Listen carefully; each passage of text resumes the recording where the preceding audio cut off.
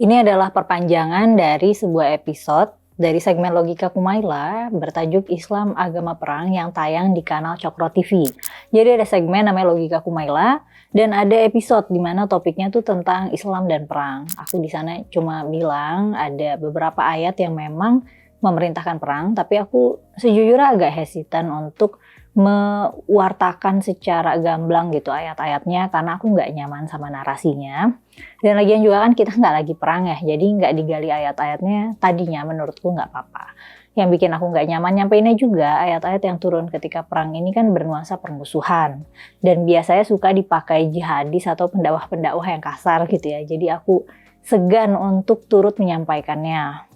Dan mengingat umat Islam itu banyak yang sangat tekstualis, aku juga jadi punya kekhawatiran teksnya malah menjadi inspirasi gitu untuk mempertajam permusuhan. Dan iya benar, Islam tidak selalu perang. Ada damainya juga, nggak selalu pakai kekerasan, ada juga yang pakai diplomasi. Jadi ya memang harus ditempatkan pada konteksnya ya. Tapi oke, aku akan bahas beberapa ayatnya. Kalau mau baca sejarah perang dalam masa awal-awal penyebaran Islam, itu bisa dibaca di tarikh-tarikh atau sirah-sirah Nabi yang mana aja, yang ditulis siapa aja, pasti ada peristiwa-peristiwa perangnya kok. Karena perang itu tuh momentum sejarah yang penting. Tiap perang tuh ada konteksnya dan pasca perang pun ada dampak sosialnya. Ya kalau menang berarti pengaruh Islam meluas dan seterusnya dan seterusnya.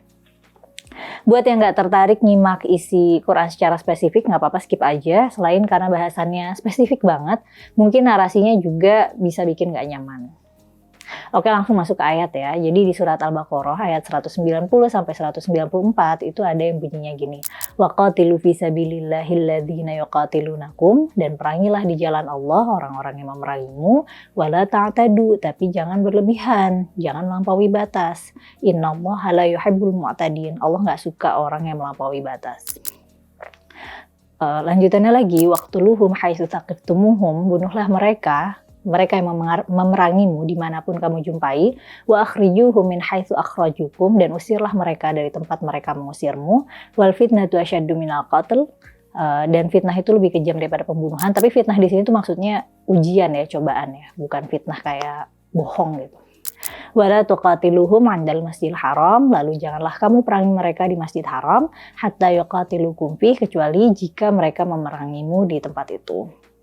Fa in qatalukum, jika mereka memerangimu, faqtuluhum, maka perangilah mereka.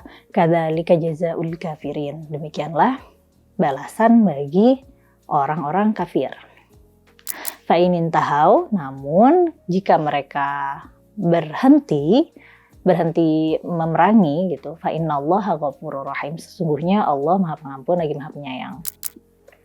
Ayat lanjutannya, waqatiluhum hatta la takuna fitnah wa yakuna dinu lillah, gitu. Perangilah mereka sampai tidak ada lagi fitnah dan agama hanya milik Allah.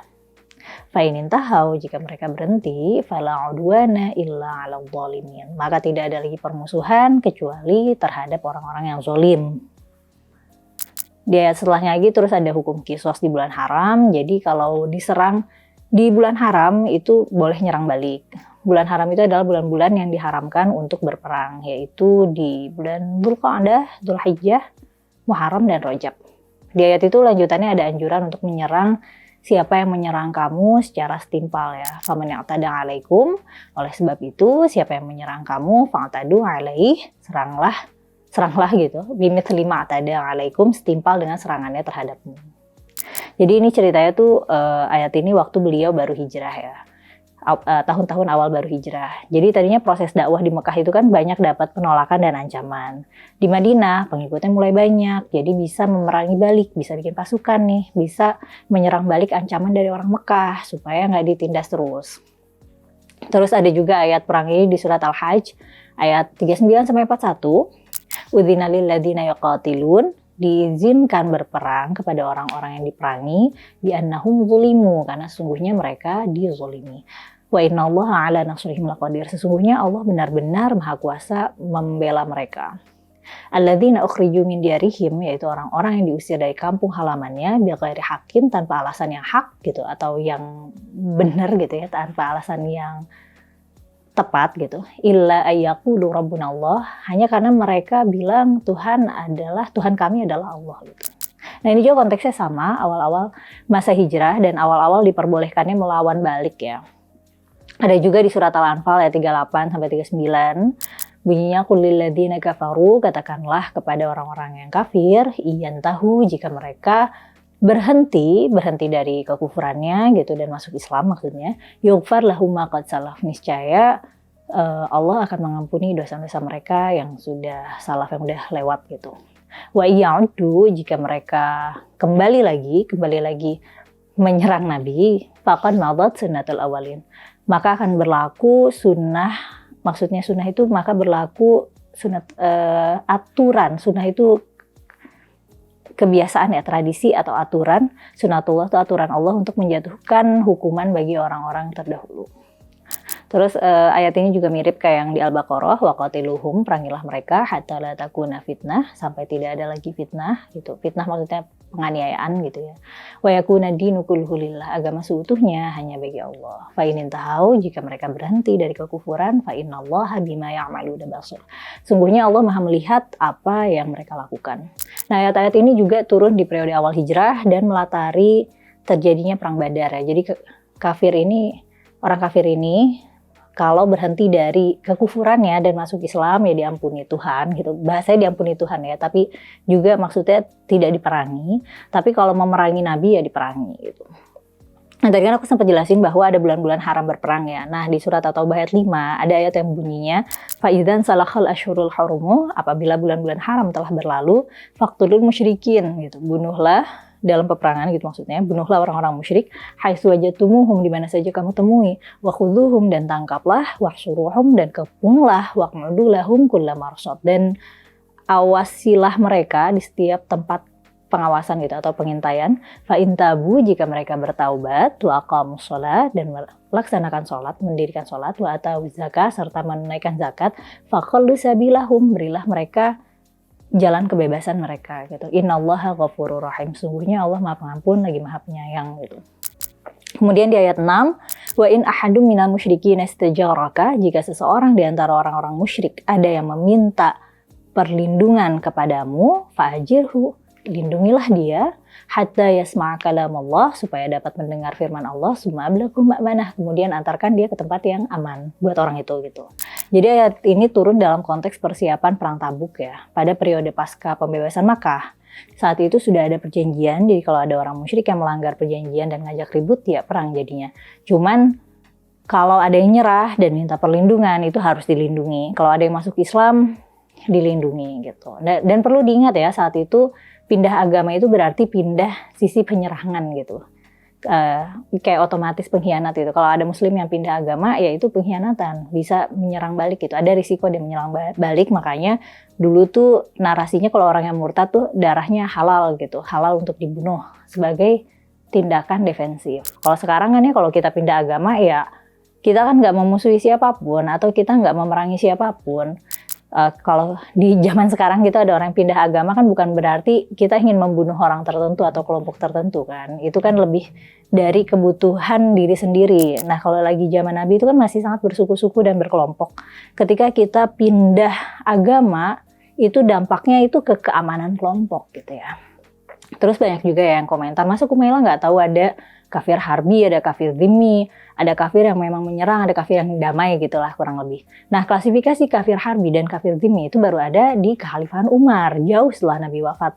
Jadi baru dibikin perjanjian-perjanjian yang menjamin keamanan untuk melindungi kafir yang nggak nyerang. Tapi itu pun ada syarat seperti misalnya bayar jizyah ya, atau upeti, atau pajak. Jadi memang belum dianggap setara gitu. Jadi pas masa Kekhalifahan Umar itu memang banyak reformasi administratif yang terjadi karena wilayah pemerintahan Islam sudah tambah luas dan menaungi banyak suku-suku Yahudi dan Nasrani. Dan meskipun dilindungi dalam arti tidak diperangi ya, sebenarnya ada batas-batasannya juga gitu ya. Ada dibatasin akses ekonominya dan ekspresi beragamanya, jadi tidak sepenuhnya dianggap setara dengan warga muslim. Kalau dilihat dengan kacamata kita sekarang yaitu pemerintahan yang diskriminatif, tapi untuk ukuran saat itu progresif ya. Ayat perang lainnya ada di surat Muhammad ayat 4, bunyinya فَإِذَا لَقِيتُمُ الَّذِينَ كَفَرُوا, apabila kamu bertemu dengan orang-orang kafir, فَضَرْبَ الرِّقَابِ, tebaslah batang leher mereka, hatta idza askhantumuhum, selanjutnya apabila kamu telah mengalahkan mereka, فَشُدُّ الْوَثَاقِ, tawanlah mereka. Fa inna man ba'du, setelah itu kamu boleh membebaskan mereka, wa imma fidaan, atau menerima tebusan, hatta tada'al harbu auzaraha. Hal itu berlaku sampai perangnya selesai. Dzalik, ya demikianlah, walau sya'allahu lantasara minhum, sekiranya Allah menghendaki maka Allah akan menolong kamu dari mereka, walakin liyabluwa ba'dukum bi ba'd, akan tetapi Allah hendak menguji sebagian kamu dengan sebagian yang lain. Walladzina qutilu fi sabilillah fala yudhilla a'malahum, orang-orang yang gugur fi sabilillah di jalan Allah, dia tidak amalnya tidak sia-sia. Nah, ayat ini konteksnya perang Badar ya. Pasca perang Badar tuh pasukan muslim dapat banyak tawanan. Waktu itu kan perang melawan suku Quraisy yang jumlahnya jauh lebih banyak, tapi umat muslim menang. Jadi tawanan perang itu levelnya seperti budak ya. Kalau mau bebas harus ditebus dulu, kurang lebih. Ya itu tadilah ayat-ayat perang di Quran. Bisa jadi masih ada lagi, hafalanku nggak sempurna. Salah satu alasan lainnya kenapa aku segan membacakan ayat-ayat ini ketika diwawancara Ade Armando untuk channel Cokro TV, segmen Logika Kumaila, itu karena tiap ayat itu ada kaitannya dengan ayat lain di tempat lain gitu. Sehingga pemaparan seperti yang aku lakukan ini sebenarnya pemaparan yang kering sekali. Aku tidak bisa menjelaskan semua ini tanpa menjelaskan konteks sosial budaya saat itu, yang mana itu merepotkan buatku ya. Aku nggak bisa menjelaskan secara singkat, dan aku juga malas membahasnya karena menurut aku sejujurnya bagian sejarah-sejarah perang ini nggak terlalu penting untuk dikaji secara mendalam, kecuali dari sudut pandang politik ya. Nah, tapi Ade Armando kan mikirnya beda ya. Dia merasa itu penting karena bisa jadi permusuhan yang terus terjadi hingga kini itu karena pembacaan kitab suci yang dilakukan tanpa rekontekstualisasi yang menurutku ada benarnya juga. Nah, ini kan aku cuma ambil ayat-ayat yang ada perintah berperangnya ya. Baiknya baca lengkap di Quran gitu. Cuma susahnya itu kan Quran tidak ditulis secara kronologis ya. Jadi kalau mau tahu konteks sejarahnya silahkan rujuk karya para sejarawan, karena kalian betul aku bukan ahli sejarah. Terima kasih sudah menyimak, sampai ketemu lagi di konten selanjutnya.